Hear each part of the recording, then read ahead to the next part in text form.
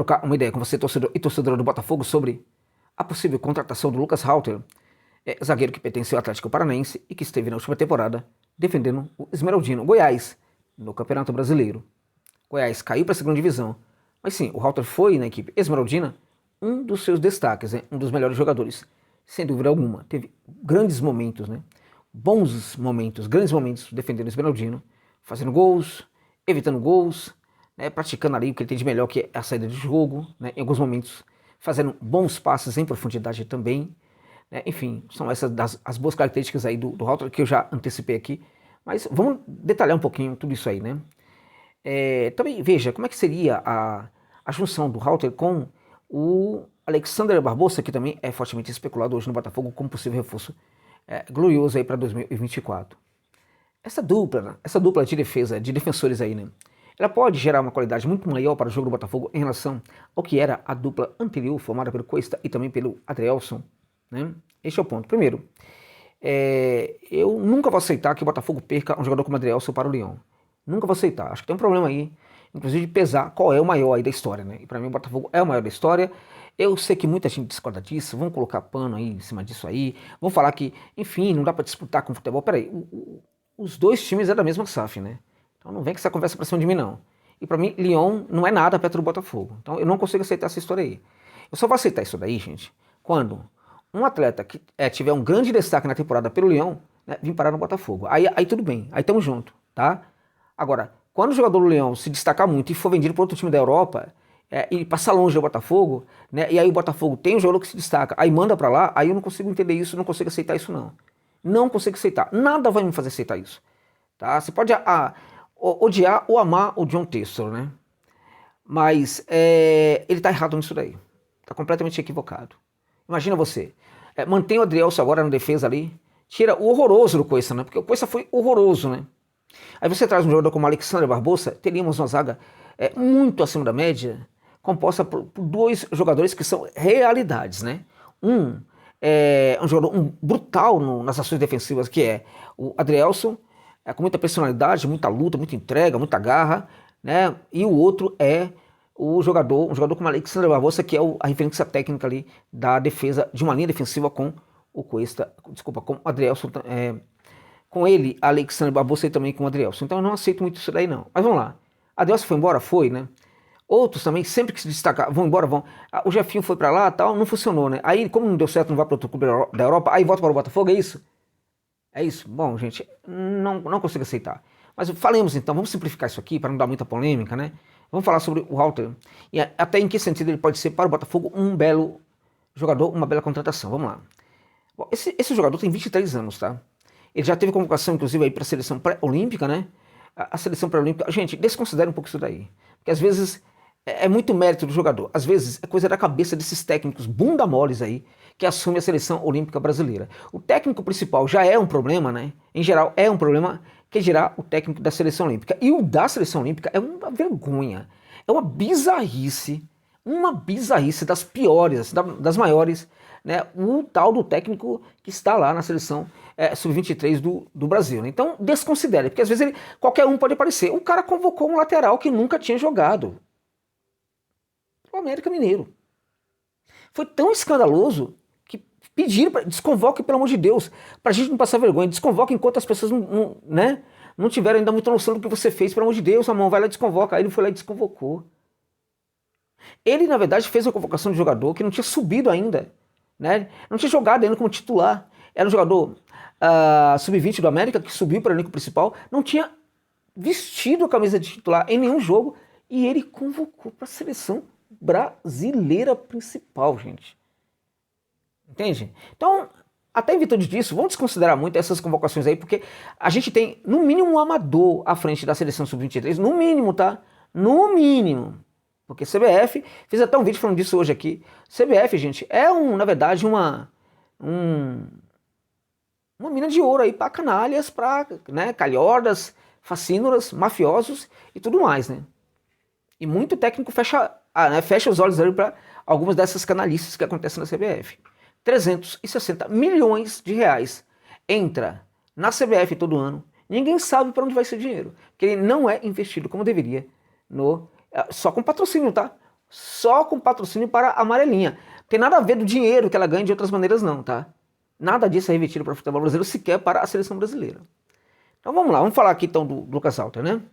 Bom, jogador que ele tem o seu início ali na equipe do Furacão, ele começa a se destacar no time de transição do Furacão daquela ocasião, 2019. O Thiago Nunes acaba percebendo o Thiago Nunes, que era um jogador interessante, e sobe o jogador, leva o jogador para o seu time, o jogador manda muito bem, tem uma boa relação ali com o técnico, né? O time do Atlético naquele momento era um time que sabia jogar bem, né? Jogava um futebol bastante vistoso, inclusive. Não foi um time preparado pelo Thiago Nunes, vamos deixar claro, foi um time preparado pelo Diniz naquela ocasião, que projetou aquele time para jogar de uma forma ofensiva, saindo do fundo com qualidade e tudo mais. O Diniz sai da equipe do Furacão, o Thiago Nunes não muda a maneira da equipe jogar, né? O Thiago Nunes, a partir de então, ficou sendo conhecido como um técnico ofensivo. Ele não era nada disso antes. Ele apenas manteve aquilo que o Diniz tinha construído na equipe naquela ocasião, né? E para tanto, gente, pela maneira como a equipe do Atlético Paranaense jogava, o Halter, ele se encaixou muito bem, porque era um zagueiro que tinha muita confiança na saída de jogo, né? Teve ali, portanto, uma rápida, boa temporada ali sob o comando do Thiago Nunes, né? Ele, contudo, se lesiona. Tem uma lesão muito grave, fica muito tempo fora dos gramados, né? Isso começa a atrapalhar a carreira dele. Alguns sustentam que o Halter, no processo de recuperação, tá? No processo de recuperação, nunca teria sido tão cuidadoso como precisava para que as coisas melhorassem. Alguns também argumentam que o Halter é um jogador que, sim, nesse tempo inteiro teve outros problemas extracampo, né?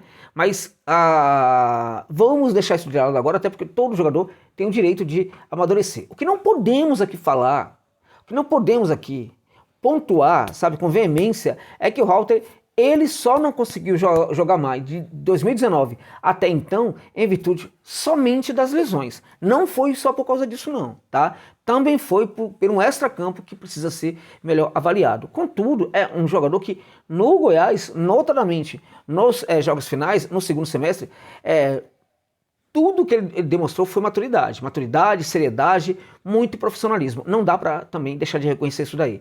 O que significa que o jogador também pode ter amadurecido muito. Isso é muito importante também, precisamos sempre destacar esse ponto aí. O jogador demonstrou notadamente no segundo semestre ali no Goiás que é um jogador muito profissional, né? Então sobrou aí nesse sentido aí, inclusive. Bom, um jogador, gente, que sempre faz os seus gols, porque o jogo aéreo dele é um dos pontos fortes dele, ele manda muito bem no jogo aéreo defensivo e manda muito bem também no jogo aéreo ofensivo.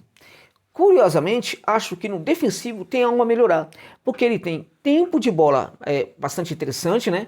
Ele salta muito, não é um zagueiro muito alto, acho que tem 1,87 m só, né? Não é muito alto, mas para a qualidade do jogo aéreo, mas é um jogador que falta algo que o Alexandre Barbosa tem de sobra, que é o quê? Que é o entendimento, a leitura, né? De onde vai haver, né, a maioria das disputas aéreas, quando essa bola é jogada à área, por cobrança de faltas ou então por escanteios.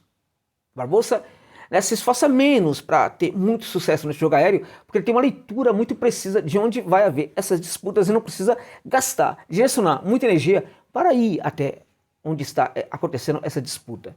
Nesse sentido, o Halter precisa evoluir muito, na minha opinião, mas é normal, não dá para esperar tudo no zagueiro hoje aqui no futebol brasileiro, dificilmente ele tem, né?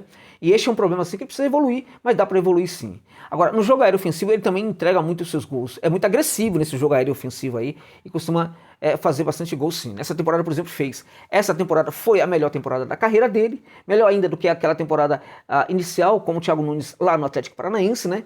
Então, agora, precisamos pontuar.